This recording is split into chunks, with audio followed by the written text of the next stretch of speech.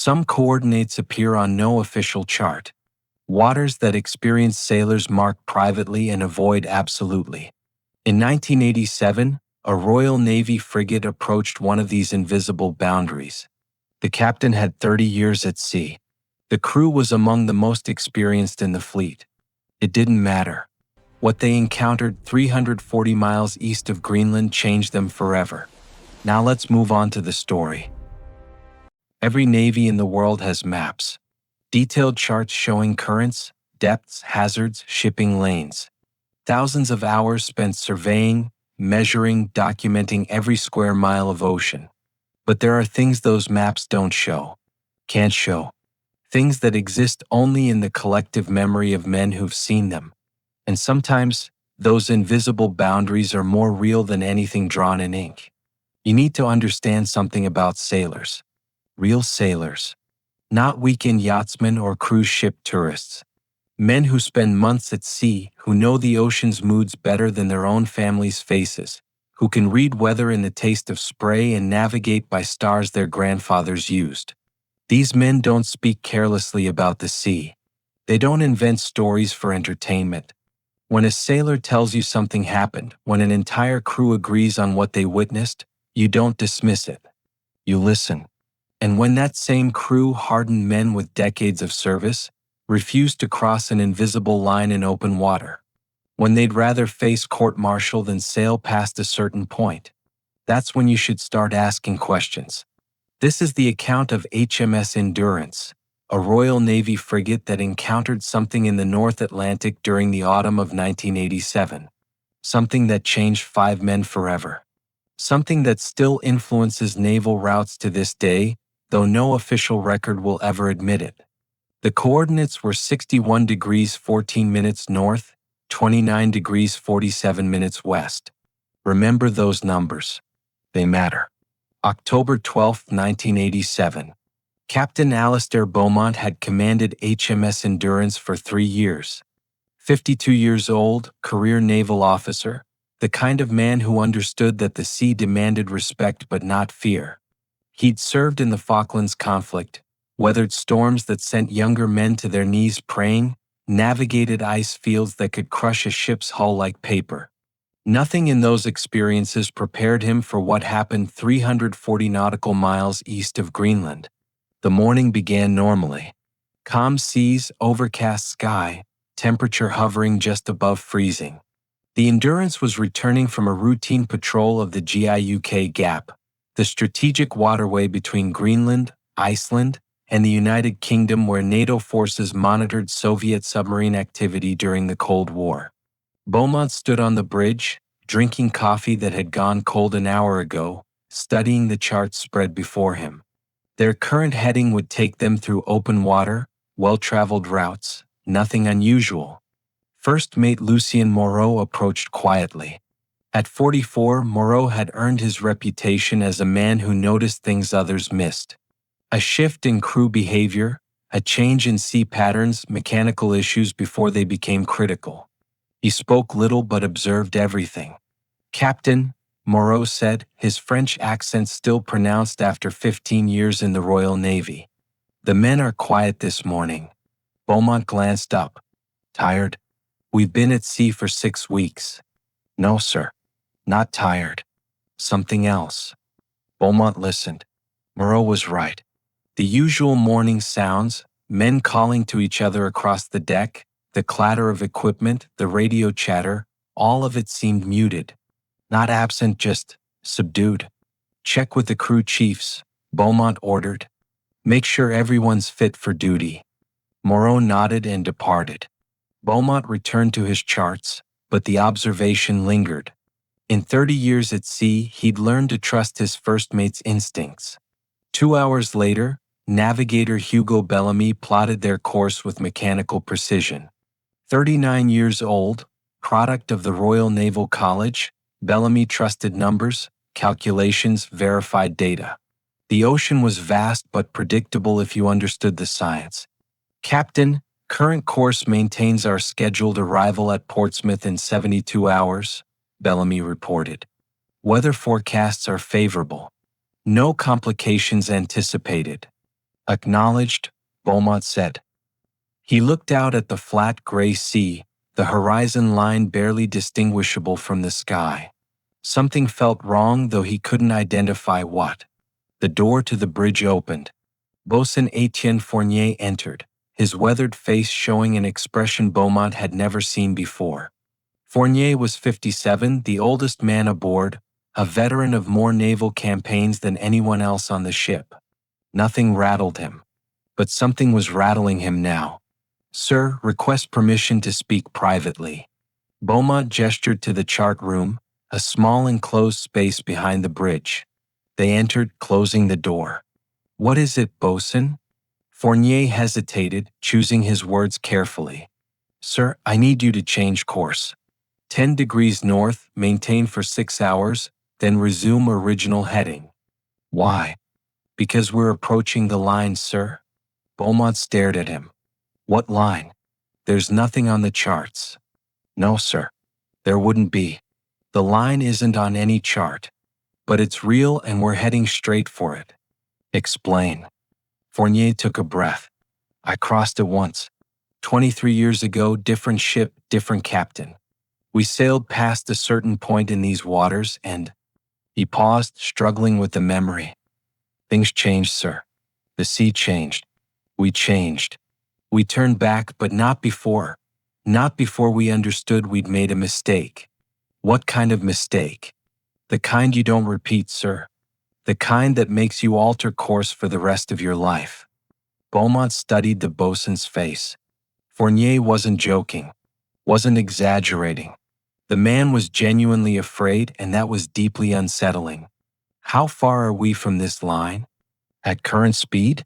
4 hours. "And you want me to divert an entire frigate based on an event from 2 decades ago that has no documentation, no official record, no verifiable evidence?" "Yes, sir. I do." Beaumont considered. "In the Royal Navy, you didn't change course without cause. Supply schedules, fuel calculations, crew rotations, all of it was precisely planned. Deviation meant delays, explanations, paperwork. But he also knew Fournier, knew the man's judgment, knew he wouldn't make this request lightly. "I'll take it under advisement," Beaumont said finally. "Return to your duties." Fournier's jaw tightened, but he nodded and left. Beaumont remained in the chart room, staring at the navigation plots, at their current position, at the empty ocean ahead. There was nothing there. Nothing on the charts, nothing in the intelligence reports, nothing in the official records. But something was making his most experienced crew member afraid. Deckhand Remy Duval was 26 years old, the youngest sailor aboard HMS Endurance. He joined the Navy 3 years ago, eager for adventure, drawn by family tradition. His grandfather had served in World War II, his father in the Falklands. Duval understood ships, understood protocol, understood the chain of command. What he didn't understand was why the entire crew had gone silent. He stood on the forward deck, securing equipment that didn't need securing just to have something to do. Around him, other sailors moved through their tasks with unusual deliberation. No conversation. No jokes. No complaints about the cold or the food or the officers. Just silence and work. Duval glanced at the horizon. Gray water met gray sky in a seamless join. The ocean was unnaturally calm, flat as polished stone. No waves, no swells, just glassy stillness that reflected the overcast sky like a mirror. He'd seen calm seas before. This wasn't that. This was something else. Something that made his chest tighten and his hands move slower on the rope he was coiling. "You feel it too." Duval turned. Petty Officer Graham stood behind him, a man of 40 with 15 years of service. Graham's face was expressionless, but his eyes were alert, scanning the water constantly. "Feel what?" Duval asked. "The wrongness. It's building." "I don't know what you mean." Graham stepped to the rail, staring out at the flat sea. "You will. About 2 hours from now, you'll know exactly what I mean. And you'll want to be somewhere else." "Where?" "Anywhere. as long as it's not here. Graham walked away, leaving Duval alone with the silence and the impossible calm and the growing sense that the ship was sailing toward something it shouldn't. Just before noon, Captain Beaumont called a meeting in the wardroom.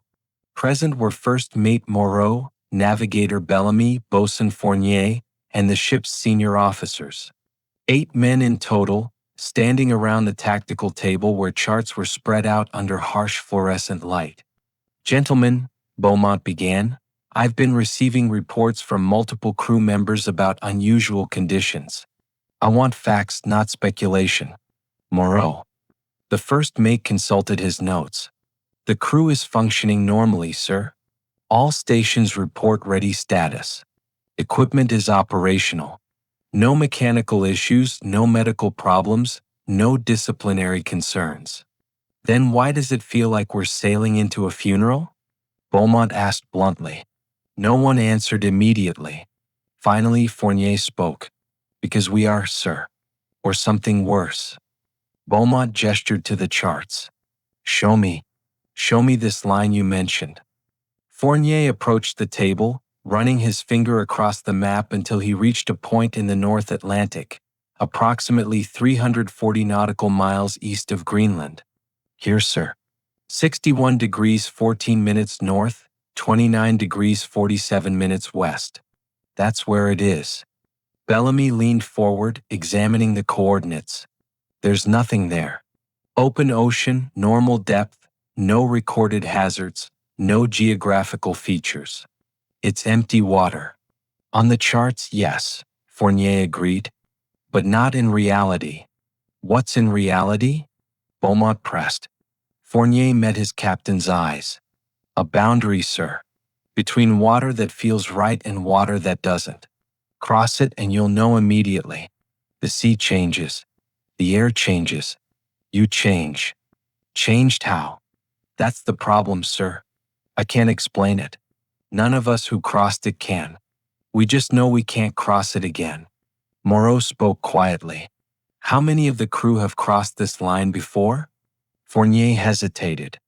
"3 that I know of, sir. Myself, Petty Officer Graham, and Able Seaman Corbin. We've all served on different ships at different times, but we all encountered it. And we all chose assignments afterward that kept us away from this region." "Until now," Beaumont said. "Until now, sir. This patrol route was changed 3 months ago.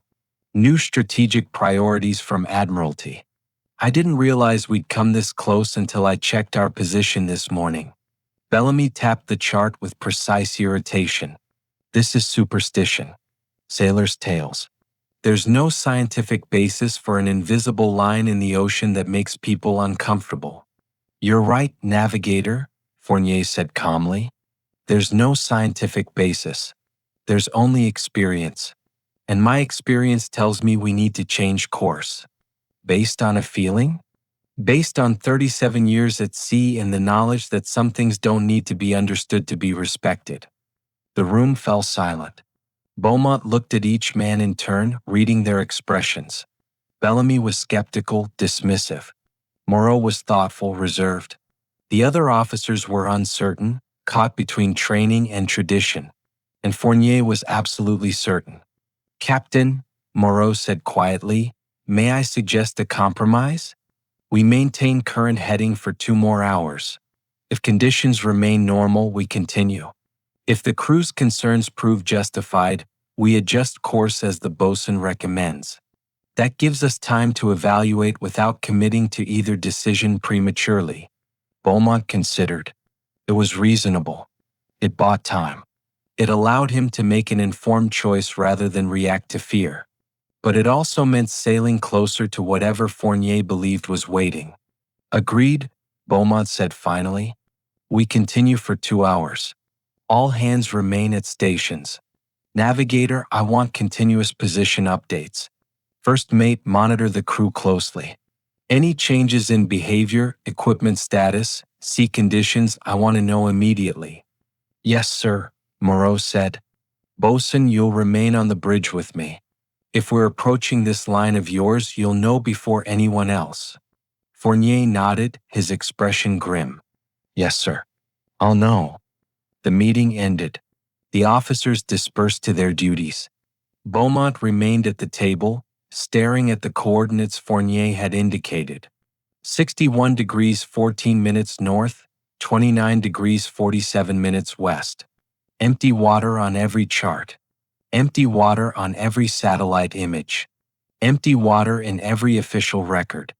But not empty in the memories of three men who refused to cross it again. An hour later, the change began subtly. So subtly that at first, Duval thought he was imagining it. The air felt heavier. Not humid or thick, just weighted as if each breath required more effort. He saw other sailors pausing in their work, unconsciously taking deeper breaths, adjusting their pace. The sea remained flat. Impossibly, unnaturally flat. No wind disturbed the surface. No current created ripples. The water looked like liquid glass, and HMS Endurance cut through it without creating a proper wake. The ship's passage should have produced foam, turbulence, the normal disruption of a frigate moving at 15 knots. Instead, the water simply parted and closed again, leaving no trace. Duval moved to the starboard rail, looking down at the ocean. The water was dark, almost black despite the daylight. He couldn't see more than a few feet below the surface. It wasn't murky or polluted. It was just dark, as if the water itself absorbed light rather than reflected it. Don't stare too long. Duval turned. Able Seaman Corbin stood beside him, a man of 51 with gray in his beard and scars on his hands from 30 years of rope work. Why not? Duval asked. Because you'll start seeing things that aren't there. Or things that are there but shouldn't be.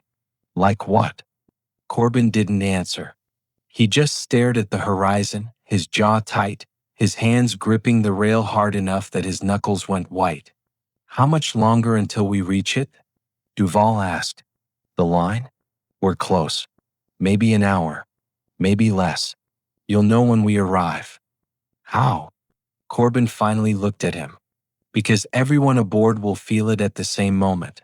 And everyone will understand, without a word being spoken, that we need to turn back. And if we don't, then we'll find out what's on the other side. And I promise you, son, that's knowledge you don't want. On the bridge, Captain Beaumont stood at the windows, binoculars raised, scanning the empty horizon. Behind him, Navigator Bellamy called out positions every 5 minutes, marking their progress on the chart with mechanical precision. Fournier stood to Beaumont's left, silent and tense. The bosun hadn't moved in 20 minutes, hadn't spoken, just watched the water ahead with the intensity of a man waiting for something terrible. Moreau approached quietly. Sir, the crew is requesting permission to secure non-essential deck operations. Why? They're uncomfortable working in open air. They want to move inside. Is there a safety concern? No, sir. Just discomfort. Beaumont lowered his binoculars. Denied. We maintain normal operations until I say otherwise. Yes, sir. Moreau departed. Beaumont returned to his observation, but he understood the crew's request. He felt it too. The growing pressure in his chest, the urge to step back from the windows, to put steel and distance between himself and whatever lay ahead. Captain, Fournier said quietly, we should turn now. We haven't reached your coordinates yet. Sir, the line isn't a fixed position. It moves, changes based on currents, seasons, conditions we don't understand. I can feel it ahead of us. We're within range. Beaumont studied the bosun's face. Fournier wasn't panicking, wasn't overreacting. He was simply stating a fact with the same calm certainty he'd used to report a storm front or an equipment failure. What exactly will happen if we cross it? Beaumont asked. I don't know, sir. No one does. The only certainty is that we'll wish we hadn't. That's not good enough for me to abort our course. Sir. Bosun, I appreciate your concern. I respect your experience. But I need more than intuition to justify a course change to Admiralty. Give me something concrete. A threat, a hazard, anything I can document. Fournier was silent for a long moment. Then he said quietly, "You're asking me to explain something that can't be explained. It's like asking someone to describe a color you've never seen or a sound you've never heard. The only way to understand is to experience it. And once you've experienced it, you'll spend the rest of your life making sure you never experience it again. Then help me understand without crossing. What did you see the last time? What specifically happened?" Fournier closed his eyes, remembering. When he spoke, his voice was distant, detached.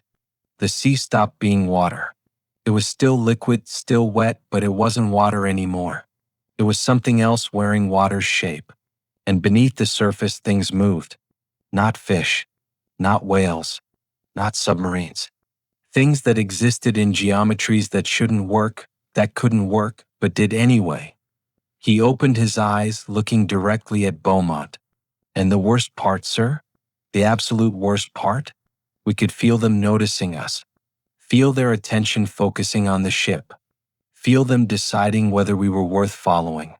We turned back before they made that decision. But I've never forgotten the weight of that attention.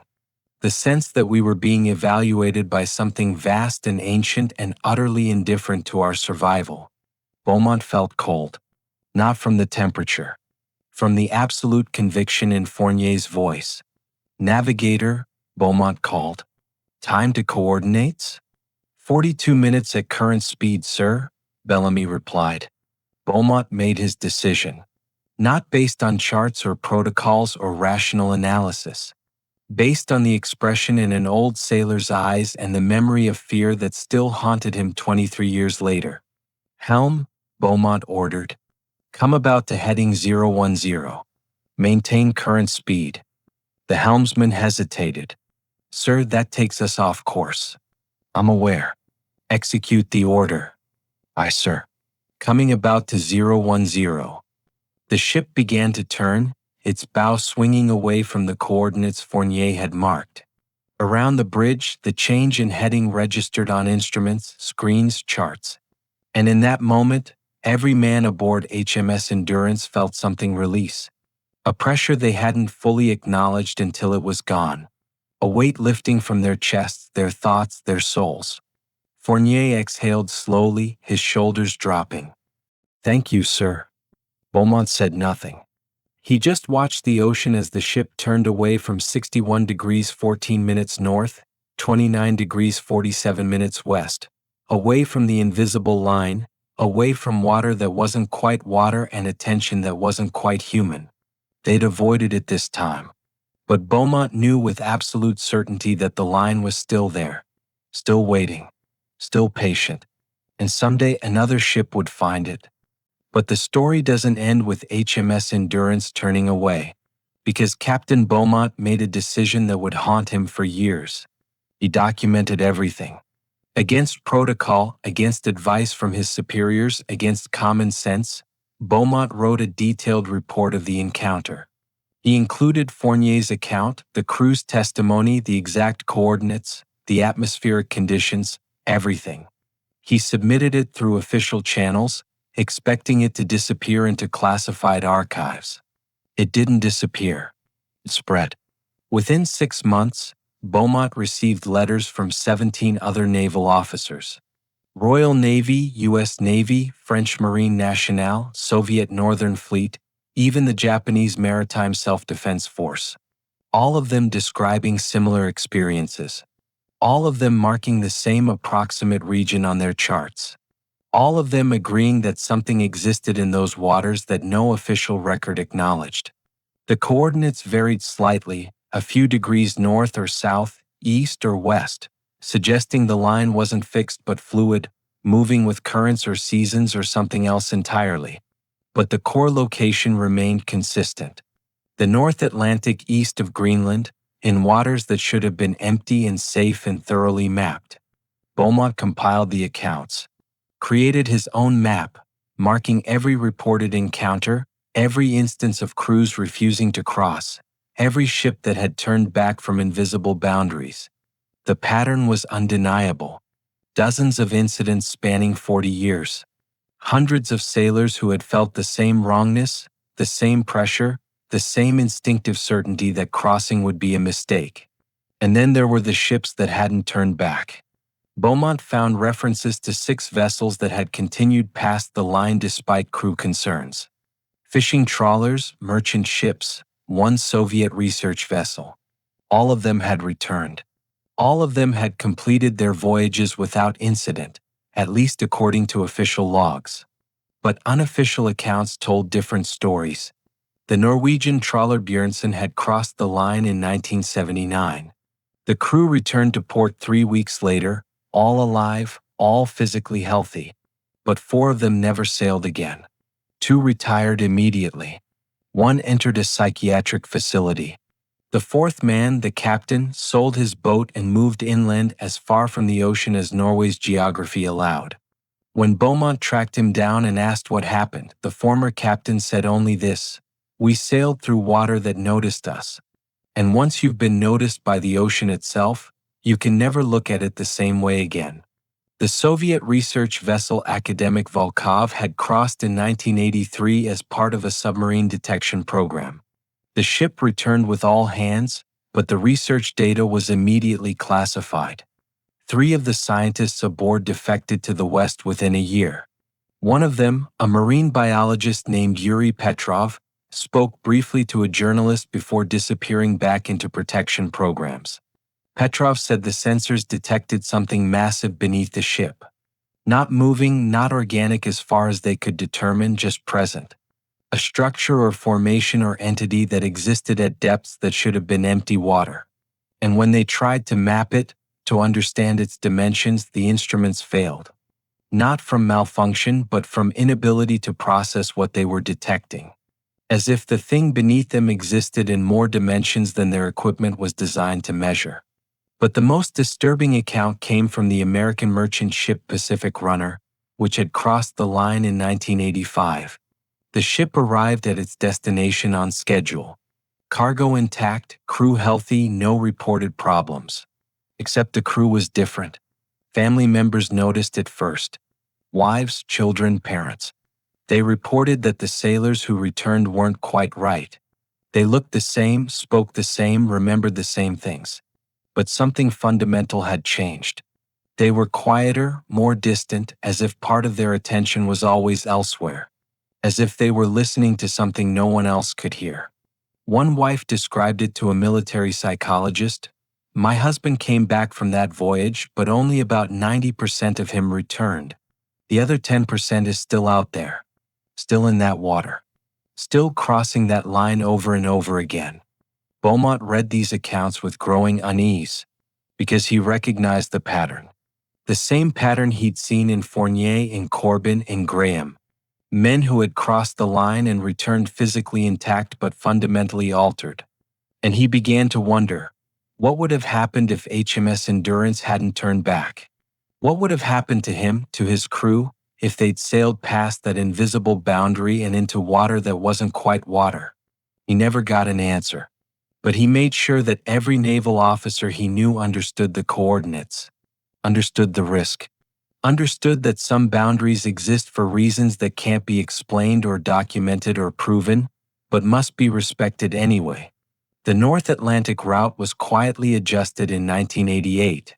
Not officially, not through any documented decision or policy change. Just a gradual shift in recommended courses.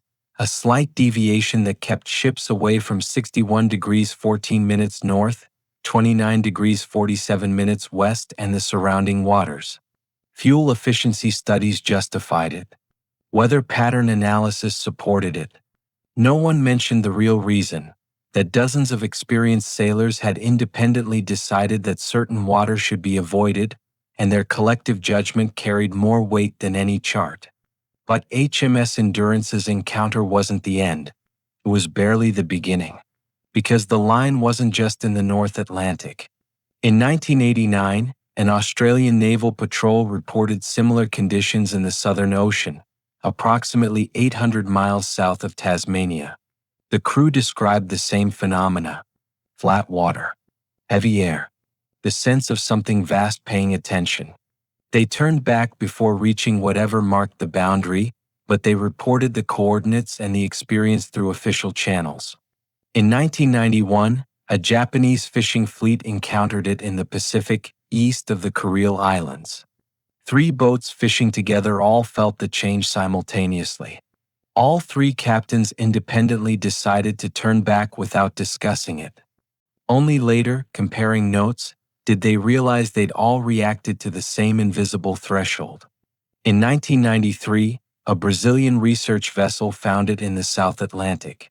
In 1995, a Canadian icebreaker encountered it near the Arctic Circle. In 1998, a French submarine detected what they described as acoustic anomalies suggesting structural impossibilities in the Indian Ocean. The pattern expanded. The coordinates multiplied. What had seemed like a single phenomenon in the North Atlantic revealed itself as global. Dozens of locations. Hundreds of reported encounters. Thousands of sailors who had learned, through direct experience, that the ocean contained boundaries that no map acknowledged. And the thing that connected all these encounters, the detail that appeared in every account regardless of location or nationality or vessel type, was the reaction of experienced sailors. The men who had spent decades at sea, who knew the ocean intimately, who could distinguish between superstition and genuine danger. These men, without exception, refused to cross the line a second time. Beaumont tried to understand why. He interviewed dozens of sailors who had crossed various boundaries in different oceans. He compiled their descriptions, looking for common elements, trying to identify the specific threat or phenomenon that caused such consistent avoidance. But the sailors couldn't articulate it. They described feelings, sensations, impressions. They talked about wrongness and attention and the sense that they'd been evaluated by something that existed on a scale beyond human comprehension. But none of them could explain the mechanics. None of them could identify what exactly existed on the other side of the line. The closest anyone came was a British submarine commander named Richard Graves, who had crossed a boundary in the Arctic Ocean in 1987. Graves was a physicist before joining the Navy, trained to think in mathematical terms, to analyze and quantify. When Beaumont asked him to describe what happened, Graves spent 20 minutes working through equations on paper, trying to express the experience in scientific language. Finally, he gave up and said simply, "Imagine you're a 2-dimensional being living in a flat world. You understand length and width but not height. Then suddenly, without warning, you become aware that height exists. You can't see it, can't measure it, can't navigate it.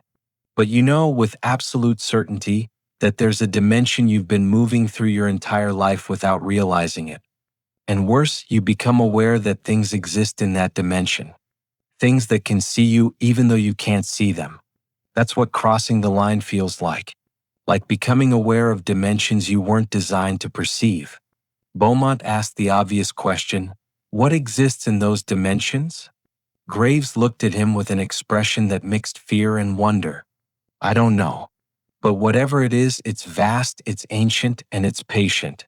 And it doesn't care about us any more than we care about bacteria in a petri dish. We're just incidental, insignificant. Crossing the line means putting yourself in a position where that insignificance becomes impossible to ignore." That conversation stayed with Beaumont for years, because it suggested that the boundaries weren't barriers designed to keep humans out. They were simply the edges of something much larger. Regions where whatever existed in those other dimensions became perceptible to human senses. Places where the membrane between realities wore thin enough that sailors could feel the presence of something beyond their comprehension. And once you felt it, once you knew it existed, you could never unknow it, never unsee it. Never sail those waters again without remembering that you were moving through space occupied by entities that existed on scales you couldn't measure. By 1994, Beaumont had compiled a comprehensive map. 17 confirmed boundary locations across all major oceans. 43 suspected locations based on partial reports or second-hand accounts. And the pattern suggested more existed, undetected or unreported, in waters that saw less traffic. He submitted the map to naval intelligence, expecting classification or dismissal. Instead, he received a visit from a man who introduced himself as Dr. Marcus Webb, civilian consultant to NATO's Strategic Maritime Research Division. Webb arrived at Beaumont's home in Portsmouth without announcement, carrying a briefcase and an expression that suggested he'd seen things that challenged his understanding of reality. They sat in Beaumont's study, surrounded by charts and logs and compiled testimonies, and Webb said 4 words that changed everything: "You're not the first."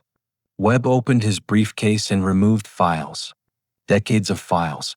Reports dating back to the 1940s. Accounts from World War II naval officers, merchant mariners, fishing captains.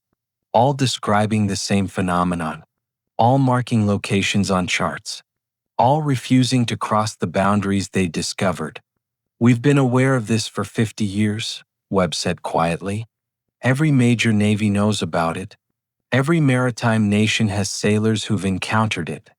But we can't acknowledge it publicly because we can't explain it. And admitting that something exists in the ocean that we don't understand, can't measure, can't defend against, would undermine confidence in naval operations worldwide." "So you just ignore it?" Beaumont asked. "We work around it. Shipping lanes get adjusted. Patrol routes get modified.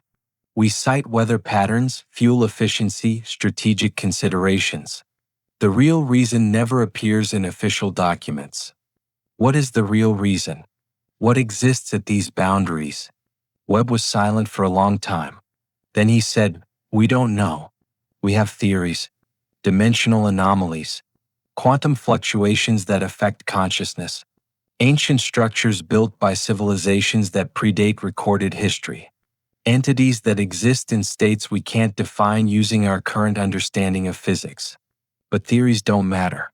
What matters is that the boundaries exist, they're consistent, and crossing them changes people in ways we can't reverse or treat." "Changes them how? Do you remember the Pacific Runner? The merchant ship where the crew came back different?" Beaumont nodded. "We studied those men.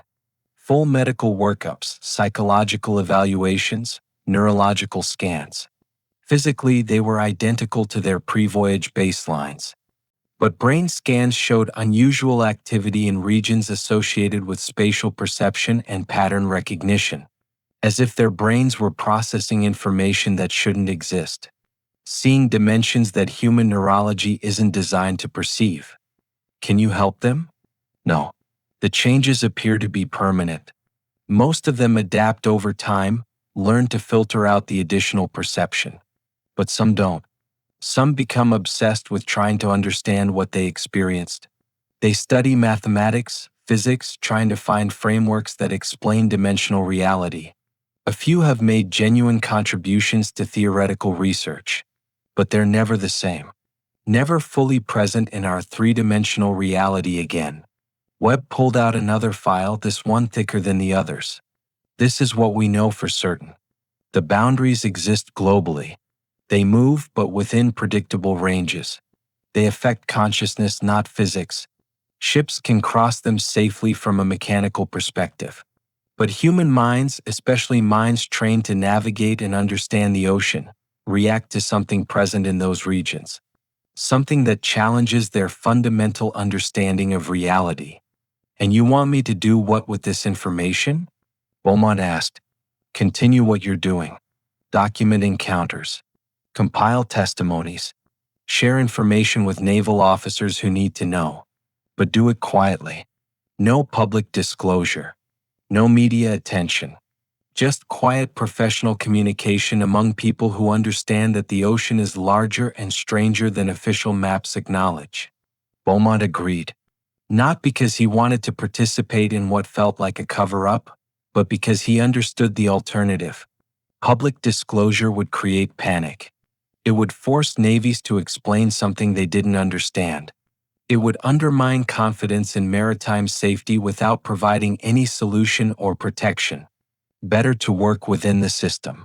Better to quietly adjust routes and share knowledge among those who needed it. Better to respect the boundaries without demanding explanations that might not exist.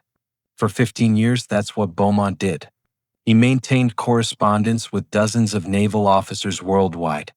He updated his maps as new encounters were reported. He provided advice to captains planning routes through regions where boundaries had been detected. And he watched the patterns evolve. Because the boundaries were changing. The boundaries were moving closer to shipping lanes. In 1997, the North Atlantic boundary Beaumont's ship had encountered was approximately 340 miles from the nearest commercial route. By 2003, it had shifted 80 miles east, bringing it within 260 miles of regular traffic. By 2009, ships were reporting encounters in waters that had been clear for decades. Other boundaries showed similar patterns. The Southern Ocean anomaly had moved north. The Pacific locations had expanded their ranges. What had once been isolated phenomenon in remote waters was gradually encroaching on more frequented regions. Beaumont brought this to Webb's attention during one of their irregular meetings. By then, Beaumont had retired from active service but maintained his research as a private citizen. Webb had aged considerably, his hair gone white, his face lined with the stress of managing information that challenged everything humanity thought it knew about the ocean. "We're aware of the drift," Webb said. "It's been accelerating since the mid-1990s. We don't know why. Climate change is one theory. Ocean warming might be affecting whatever creates these boundaries. Or the increased volume of maritime traffic might be causing some kind of feedback effect. Or it's completely independent of human activity and following patterns we don't understand. What happens when they reach major shipping lanes?" Beaumont asked. "When commercial vessels start encountering them regularly? We're already seeing it. Cargo ships changing course without explanation. Fishing fleets abandoning productive waters. Cruise lines quietly adjusting routes. Most crews don't report it officially. They just avoid the areas and move on. But the cumulative effect is significant. Shipping times are increasing. Fuel costs are rising. And eventually, someone's going to demand an explanation. Can you give one? No. And that's the problem. How do you explain that certain regions of ocean should be avoided because they affect human consciousness in ways we don't understand? How do you justify route changes that cost millions of dollars based on sailors' intuition? The moment we try to explain this officially, it falls apart. Because we're asking people to accept that reality is more complex than they believed, and most people aren't ready for that. Beaumont understood. He'd spent 20 years studying this phenomenon, and he still couldn't articulate what the boundaries actually were. He could describe effects, compile testimonies, map locations. But the fundamental nature of what existed in those waters remained incomprehensible. What bothered him most was a pattern he'd noticed in the more recent reports. Sailors who crossed the boundaries weren't just coming back changed. They were coming back with information. The first case appeared in 2005. A Portuguese fisherman named Rodrigo Silva crossed a boundary off the Azores. He returned to port and within a week had filled 3 notebooks with mathematical equations. Silva had never studied advanced mathematics, had barely completed secondary school. But the equations he wrote were, according to university professors who examined them, legitimate expressions of higher dimensional geometry. Silva couldn't explain where the knowledge came from. He said it just appeared in his mind after crossing the line. Concepts and relationships he'd never learned but somehow understood. He described it as remembering something he'd never known, as if the information had always been there, waiting for the right trigger to surface. Similar cases appeared worldwide. A Japanese merchant sailor started drawing architectural diagrams of structures that couldn't exist in 3-dimensional space. A Russian submarine officer began writing in a language no linguist could identify. An Australian naval engineer developed theories about quantum entanglement that were years ahead of published research. All of them had crossed boundaries. All of them had experienced the same wrongness, the same attention, the same sense of dimensions beyond normal perception. And all of them had returned with knowledge that shouldn't have been accessible to their conscious minds. Webb's organization studied these individuals extensively. Brain scans showed unusual neural activity. Psychological evaluations revealed stable personalities experiencing genuine phenomena, not delusions or fabrications. The knowledge they possessed was real, verifiable, and inexplicable. It's as if crossing the boundary opens something, Webb explained to Beaumont during their last meeting in 2011. Like exposing the brain to information that exists in those other dimensions. Most people can't process it consciously, but some can. Some bring back fragments. And those fragments suggest that whatever exists beyond the boundaries, it's not random. It's structured, organized, perhaps even intentional. Intentional how? That's the question we can't answer. Is it trying to communicate? Is it leaking information unconsciously? Is crossing the boundary some kind of initiation or test? We don't know. But the pattern suggests intelligence, purpose. Not in any way we recognize, but present nonetheless. Beaumont considered this. The idea that the boundaries weren't just natural phenomena but markers of something deliberate was deeply unsettling. It implied that humanity had been sharing the ocean with something else for millennia. Something vast enough to occupy dimensions beyond human perception. Something that occasionally allowed glimpses of itself to those who ventured into its territory. What do you think it wants? Beaumont asked. Webb smiled grimly. You're assuming it wants anything. That's very human of you. Want implies desire, motivation, goals. What if it doesn't want anything? What if it simply exists, and we're the ones assigning meaning to something that operates on principles we can't comprehend? What if the boundaries aren't barriers or warnings or invitations, but just the natural edges of something so large that our presence doesn't even register as significant? It was the same conclusion Commander Graves had reached years earlier. The idea that humanity was insignificant in the context of whatever existed beyond the boundaries. Not threatened, not valued, just irrelevant. Beaumont found that more frightening than any hostile intent, because it meant there was no negotiation possible, no communication, no way to ensure safety except avoidance. The boundaries existed. They affected human minds in permanent ways, and the only protection was to respect them without understanding them. By 2015, Beaumont's map showed 43 confirmed boundary locations and more than 100 suspected sites. The drift continued. The boundaries expanded. And quietly, without public acknowledgement, global shipping routes had been modified to accommodate them. The economic impact was substantial but hidden. Longer routes meant higher fuel costs, delayed deliveries, reduced efficiency. Insurance companies raised premiums for vessels traveling through certain regions, citing environmental factors, without specifying what those factors were. Port authorities adjusted schedules to account for ships avoiding specific coordinates. And still, no official explanation existed. No government acknowledged the boundaries. No maritime organization published warnings. The phenomenon remained invisible in all official records, known only to those who had experienced it directly or studied the compiled testimonies of those who had. Beaumont died in 2017 at the age of 82. He left his research to Webb, along with instructions that it should be preserved and shared with naval officers who needed the information. His maps, his compiled testimonies, his decades of correspondence with sailors worldwide, all of it was archived in facilities that officially didn't exist. But his work continued through others. Officers who had crossed boundaries and returned changed. Sailors who had felt the wrongness and turned back. Researchers like Webb who understood that the ocean was stranger and larger than humanity admitted. And the boundaries kept moving. The most recent confirmed encounter occurred 3 months ago. A Norwegian research vessel, the Halder Nansen, was conducting climate studies in the Arctic Ocean. They crossed a boundary that hadn't existed in that location during previous surveys. The crew felt the familiar phenomena: flat water, heavy air, the sense of vast attention focusing on their small vessel.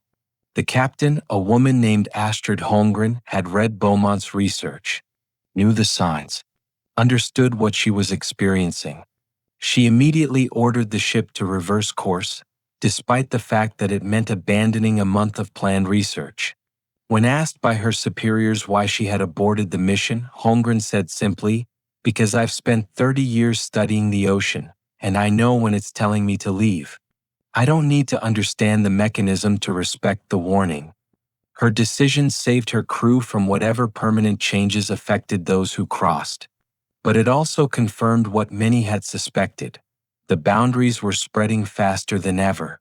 What had once been isolated regions and remote waters were now appearing in areas surveyed just years earlier.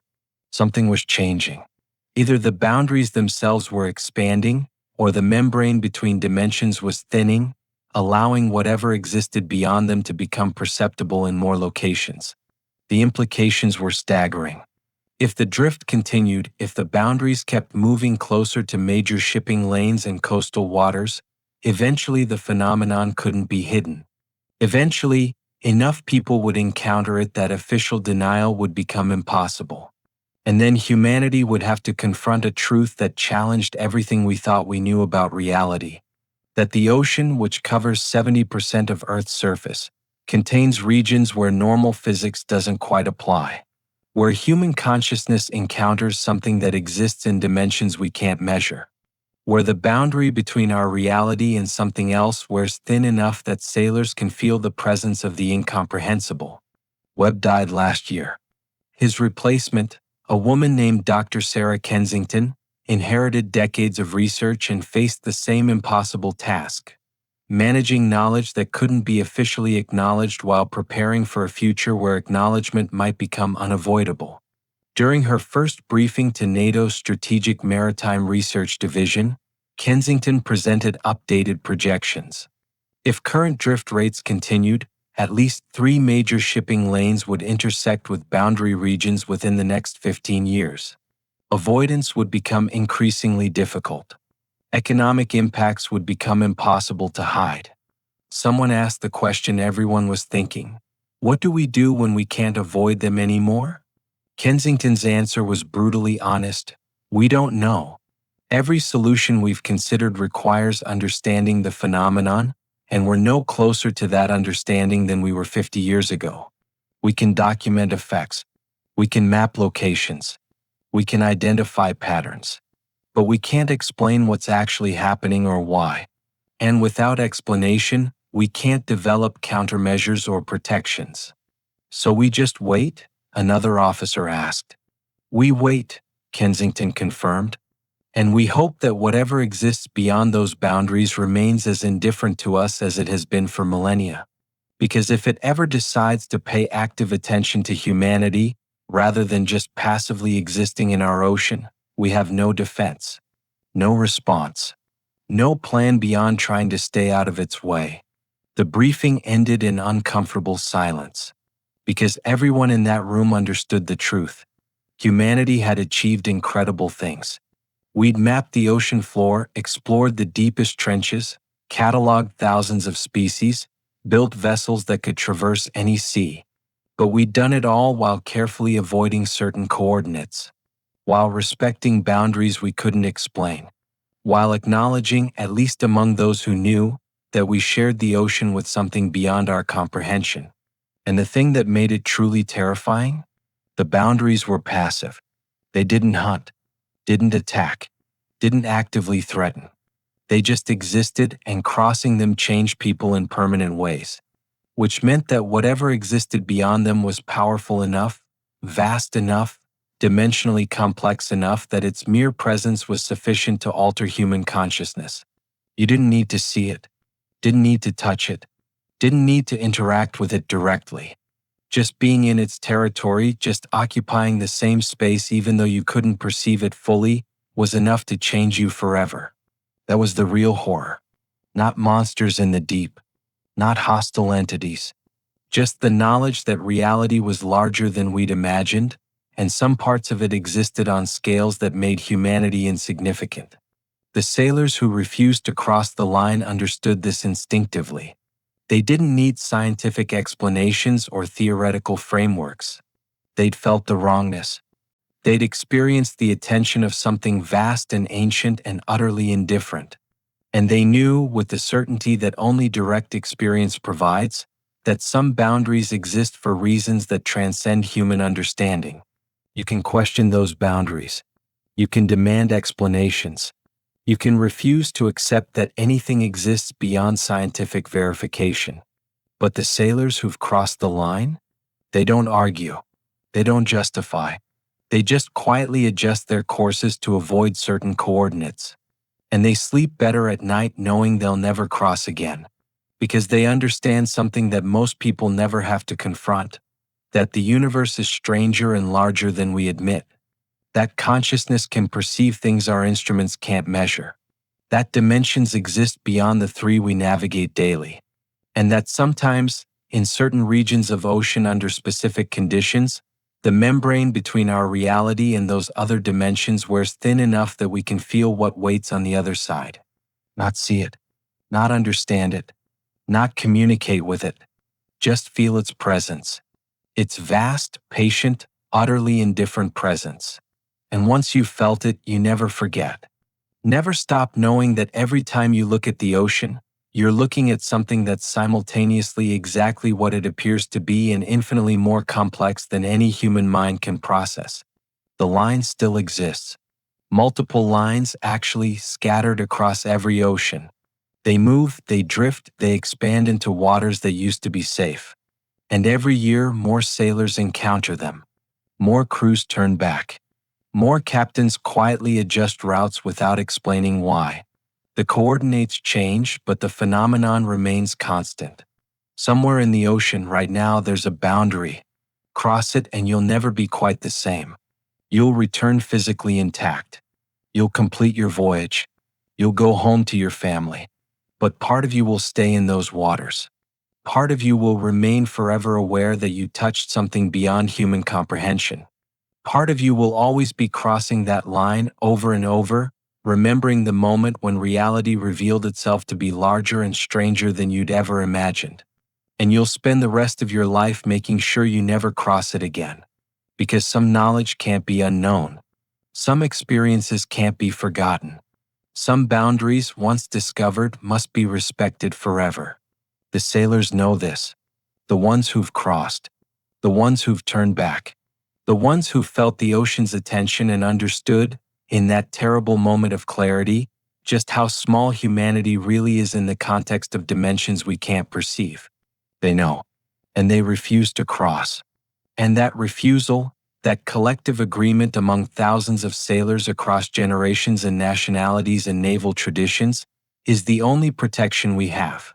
Respect the line. Adjust your course. Ask no questions that can't be answered. And hope that whatever exists beyond it remains as patient and indifferent as it has been for all of recorded history.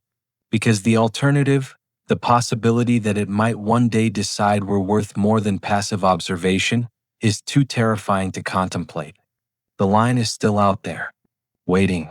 Always waiting. 61 degrees 14 minutes north, 29 degrees 47 minutes west. And 42 other coordinates just like it. Avoid them. Trust the sailors who refuse to cross. And never, ever assume that the ocean is only what you can see and measure and understand. Because it's not. It's something far stranger. And the line is where that strangeness becomes impossible to ignore.